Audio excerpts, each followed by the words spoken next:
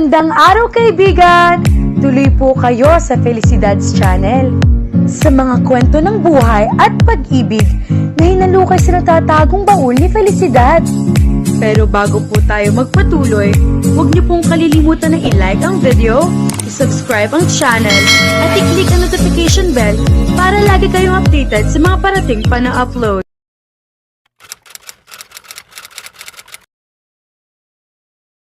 Maghahating gabi na nang makauwi si Mindy mula sa resepsyon ng kasal ni Ate Minda. Naging maayos ang kasal sa kabila ng kondisyon ng bride at ng groom. Matagal nang tanggap ng kapatid ang kapalaran nito, kaya hindi na rin siguro ganoon kasakit iyon. Ganoon din naman ang naging asawa ni Ate Minda. Walang gulo at tahimik lang ang nangyaring kasal, pero hindi ganoon ang damdamin ni Minda. Magulo pa rin ang isip at damdamin niya, lalo na sa mga sinabi ng kanyang kapatid.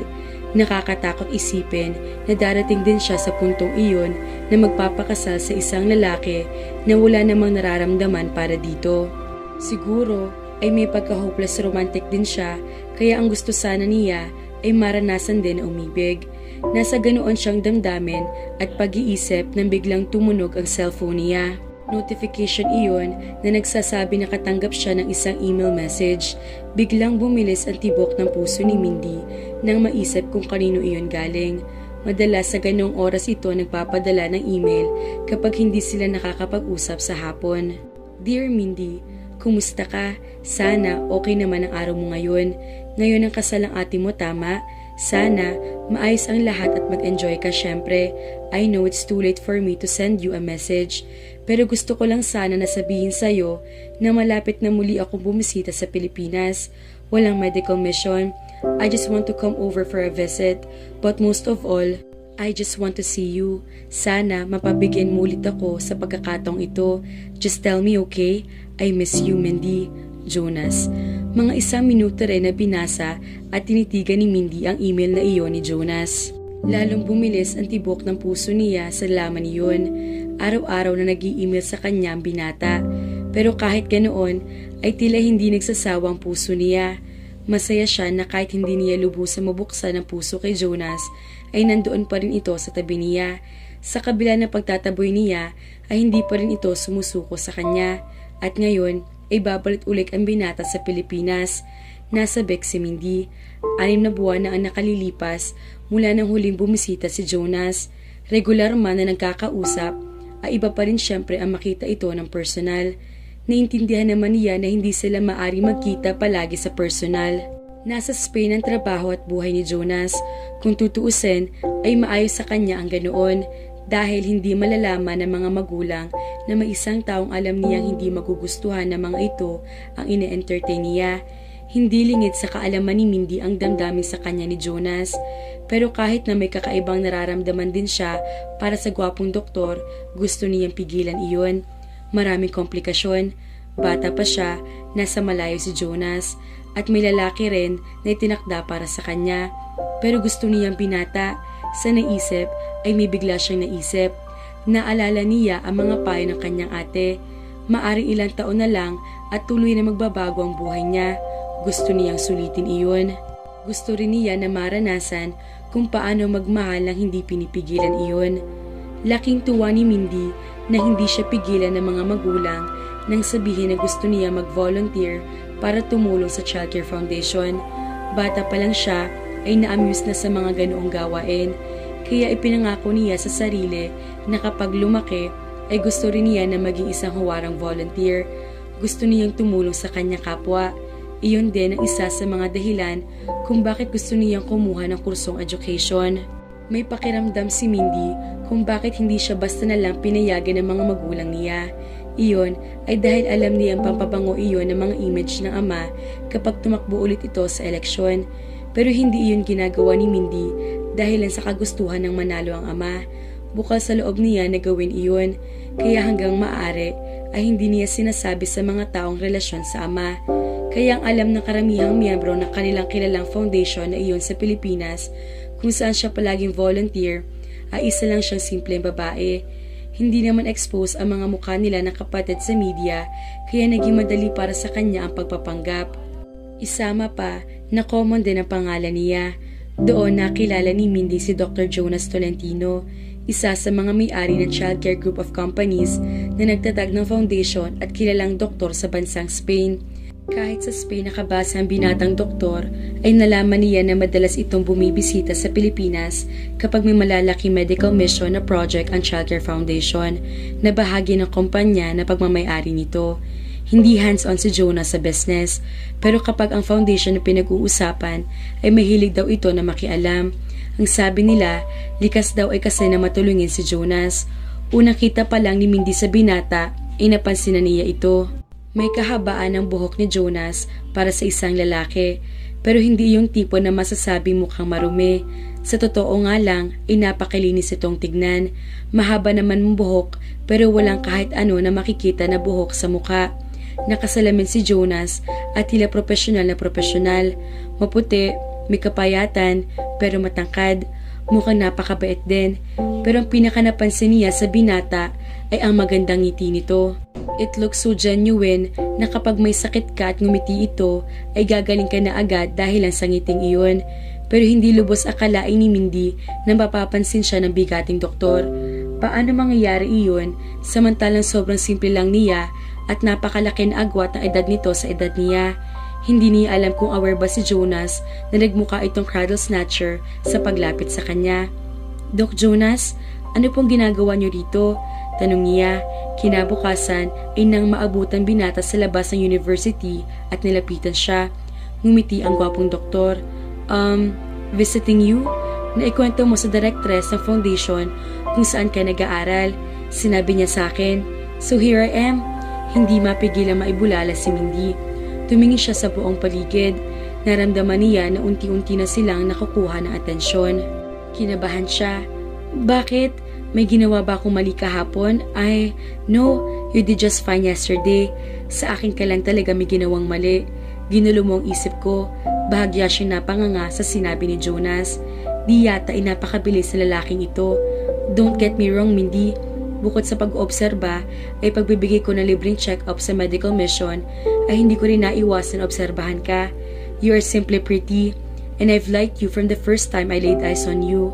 Namula ang pisngi ni Mindy sa sinabi ng binata. Paanong hindi? Pareho lang din naman sila ng nararamdaman. Pero may mali. Magiging komplikado iyon. Isama pa na napakabata pa niya. Attraction lang ang nararamdaman niya sa lalaki. You're blushing. Ibig bang sabihin na apektuhan ka sa sinabi ko? May pag-asa ba ako? Naging mapaglaro ang ngiti ni Jonas. Huminga siya ng malalim sa kanang desisyon. Dahil absent ang professor nila sa huling subject ngayong araw, ay mamaya pa darating ang sundo niya. Let's talk it over a cup of coffee. Walang ibig sabihin para kay Mindy ang pakikipag-usap kay Jonas ng mga sandaling iyon. Gusto lang niya na pagbigyan ang sarili at pati na rin ang binata. Tinapat din niya si Jonas ng araw na iyon na kung sakali man na gusto siyang ligawan nito ay walang pag-asang binata. Marami siyang dahilan kung bakit. Pero ang pinakadahilan niya ay dahil sa edad. 18 taong gulang pa lang siya. So what? Hindi naman ibig sabihin na kapag niligawan kita ay magiging tayo agad ah. If you like, kahit mga magulang mo munang ligawan ko. How about that? Confident na wika ni Jonas at kumindat pa. Nanlaki ang mga mata ni Mindy. No, wag mong gagawin yon. Ha? Bakit naman? It's the right thing to do. Dahil may lalaki na silang napili para sa akin. Iyon ang totoong dahilan kung bakit. Siguro ibang magulang ay magugustuhan ang suggestion ni Jonas. Pero ang magulang ni Mindy malabo. Ayaw niya magkaroon ng maraming gulo pa. Kapag nalaman nila ni mamanliligaw ako, magpapanik ang mga iyon. Hindi ba naikwento sa'yo ng directress na strict ang parents ko? Iniisip kasi nila na kapag may love interest na kami ay magpapakasal na. Napaka old-fashioned na mga magulang ko na idahilan na lang niya.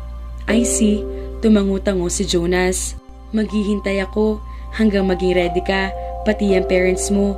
Noong una ay hindi pinaniwalaan ni Mindy ang sinasabi ng binatang si Jonas. Napakabilis ang approach nito sa kanya, kaya ibig sabihin lang niyon ay mabilis din na mawawala ang nararamdaman nito. Pero hindi ganoon ang nangyari. Kahit na nang unang umalis ng bansa si Jonas at paminsan-minsan na lang na pumunta sa Pilipinas ay hindi pa rin sila nawala ng kontak sa isa't isa.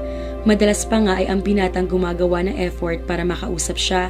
Sa nakalipas na mga taon ay nararamdaman pa rin niya na interesado ito sa kanya. Sinong babae makakayang i-resist ang ganoong klase ng lalaki? Natagpuan na lang ni Mindy na sa pagdaan ng mga buwan at taon ay lumaki ang pangangailangan niya na makausap si Jonas. Gusto niya ang pakiramdam na kahit nasa malayo ay hindi pa rin siya nalilimutan nito at hindi pa rin ito sumusuko sa kanya sa kabila ng ginawang pagtaboy rito noon. Mula na makagraduate at makapasa sa board exam si Mindy ay hindi na naging ganoon kahigpit ang mga magulang niya. Hinahayaan na siya ng mga ito na lumakad na mag-isa o kaya sumama sa mga naging kaibigan para gumala. Basta magpaalam lang ang mga ito. Nakaramdam ng kaunting kalayaan si Mindy pero ayaw niya umasa na may ibig pang sabihin iyon. For all she knew, baka ginagawa lang iyon ng mga magulang upang ipatikim sa kanyang kalayaan na hindi na niya matitikman sa oras sa opisyal na ipagkasundo siya ng mga ito. Ganoon kasi ang nangyari sa kanyang ate. Pero kung ganoon nga ang mangyayari, mas naging determinado si Mindy na sulitin ang ilang mga taon na kalayaan. Wala nang pagpipigil pa. Kahapon ay dumating na si Jonas sa Pilipinas. Dahil alam niyang maaring may jetlag pa ang binata, ay hinayaan muna niya ito magpahinga. Pumayag siya na makipagkita pero inalala rin niya ang bili ng kapatid. Be discreet. Sa totoo lang, palagi naman niyang ginagawa iyon kapag nakikipagkita siya kay Jonas kapag nasa Pilipinas ito. Tanging sa mga hindi kilalang lugar sila nagpupunta at naiintindihan iyon ni Jonas. Ganoon din siya ngayon. Ngayon ay inimbitahan siya nito sa Casablanca Clubhouse Resort kung saan mayroon daw itong private place doon. Mindy, bati ni Jonas, malaki ang ngiti. Tila nagliwanag ang buong mundo niya sa ngiting iyon. Tangi si Jonas lang ang nagbibigay sa kanya ng ganoong damdamin. Nilapitan si Mindy ng binata at niyakap. Sa tuwina ay natitigilan siya kapag ginagawa nito iyon. Palagi kasi pumapasok sa isip niya kung tama ba na magkayakap siya dito. Hindi sila maari naging malapit na isa't isa bilang magkakilala pero mas madalas na malayo rin sila dahil sa magkaibang lugar na kinaroroonan. Pero sa pamamagitan ng makabagong teknolohiya ngayon ay madali lang na makapag-usap sila at naging sapat na rin naman iyon sa kanya. Pinagkatiwalaan din niya si Jonas dahil wala itong pinaparamdam sa kanya na kaduda-duda. Sa nakalipas sa mga taon ay nirespeto nito ang lahat ng gusto niya. Siguro, ito na ang tamang panahon para suklian ni Mindy ang lahat ng ginagawa ni Jonas. Ginantihan din niya ng yakap si Jonas. Naramdaman niyang bahagyang nagulat ang binata sa ginawa niya. Pero kaiba ang naramdaman niya. Sa unang pagkakataon sa kanyang buhay, she felt total freedom. Dahil sa wakas ay naging malaya na siya na iparamdam ang nararamdaman. Kumula sa pagkakayakap si Jonas at tumingin sa kanya. Naging maganda ang ngiti sa mga labi nito. Kailangan ko bang bigyan ng kahulugan nito? Naging mapaglaro naman ang ngiti sa mga labi niya. Nakakagulat na hindi kita kailangan pang pilitin na magtagal para makipagkita sa akin. Niyakap po rin ako at tumingala si Mindy at sinalubong ang tingin ni Jonas. Hinawakan niyang pisngin ito. Jatam, lumaki ulit ang ngiti ni Jonas sa sinabi niya. Are you declaring your love for me in French? I'm Spanish, mi amor. Ngumiti siya. I know, but it matches your name. How sweet, wika ng binata. Saka hinalikan ng kanyang noo. It felt so comforting and sweet. She felt cared for and loved. Well then, Mindy, love you. Natawa silang dalawa kung paano nila napaglaruan ang mga pangalan sa love endearments. Niyakap ulit ni Mindy si Jonas. Naramdaman niya ang naging saya ng binata. Na sa kabila ng lahat, inatutunan din niyang ipaalam ang nararamdaman para dito. Nakita niya sa mga mata nito ang pagmamahal, saya at contentment. Sana nga lang ay masaya talaga si Jonas kahit na batangin ganoong pagmamahal lang ang kaya niyang ipakita. 3 years later, how about you, Jonas? Sasabay ka ba sa amin na umuwi ng Pilipinas? O tatapusin mo na ang bakasyon mo at babalik ka na ng Spain? Tanong ni Nimbo sa kanya pagkatapos ng kasal ni na Easton at ng asawa na nitong si Sofia. Nasa Majorca Island sila, isang royal island sa bansang Espanya, kung saan namumuno ang pamilyang umampon kay Easton para saksihan ang pagpapakasal ng kaibigan si Easton. Hindi, pupunta ako sa New York, nakangiting sagot ni Jonas. Kumunot ang noo ni Nimbus. New York? Anong meron? Bibisitahin mo ba ang main office ng CCG doon? Hindi rin, may pupuntahan na akong importante sa New York. Like, sabad ni Alaric. Tiff, Tumikhim si Jonas na maisip kung ano na lang ang muntik na sabihin. Siguradong malaking gulo kapag nalaman ng mga ito ang gusto niyang puntahan sa New York. May pupuntahan na akong kaibigan ko na doktor doon. Tumango-tango si Alaric. Akala kong sasabihin mo ay pupunta ka ng Tiffany & Company pero bakit ko ba inakala yon? Wala ka namang nobya, hindi ba? Napalunok si Jonas sa sinabi ng kaibigan dahil muntik na talaga siyang mabuko. Sa totoo lang ay iyon nga talagang pupuntahan niya sa New York dahil iyon sa may nobya siya at gusto na rin niya na mag-propose ng kasal. Pero dahil 3 taon na niyang sinesekreto ang tungkol sa nobya ay hindi niya pwedeng sabihin iyon. Ayaw niyang gulatin ng mga kaibigan at ayaw rin naman niya magsekreto. Pero gusto niyang intindihin ang kahilingan ni Mindy kahit na ba mahirap din iyon para sa kanya. Bakit ba kasi hindi ka pa nagkaka-girlfriend, Jonas? Wala ka namang problema sa buhay. Gwapo ka naman at hindi minsan na nabalitaan namin na may nakagusto sa'yo na babae. Hindi ko talaga maintindihan ang dahilan mo na hindi mo pa rin talaga nakikita si The One. Kaya kahit girlfriend ay hindi ka magkaroon, sermon ni Nimbus. Totoo ang palaging sinasabi ni Jonas sa mga kaibigan na kaya hindi pa siya nagkakaroon ng nobya ay dahil gusto niyang kapag nagkaroon na ay iyon na talaga ang pinaka-the one sa buhay niya. Pero ang mga dahilan na iyon ay na-expire na 5 years ago nang makilala niya si Mindy. Pero dahil mahigpit na bilin sa kanya ng nobya na gusto nitong isekreto ang relasyon nila sa kabilang itinagal niyon, pinili niya magsinungaling sa mga kaibigan. Mga ka-felicidad, paano na yan? May balak na mag-propose si Doc Jonas kay Mindy. Anong gagawin ni Mindy? Samantalang alam naman niya na hindi siya pwede magpakasal sa iba dahil naipagkasundo na siya. Anong gagawin ni Jonas? Ipaglalaban ba siya or lalayo gaya ng ginawa ng kanyang mama Elvira? Abangan!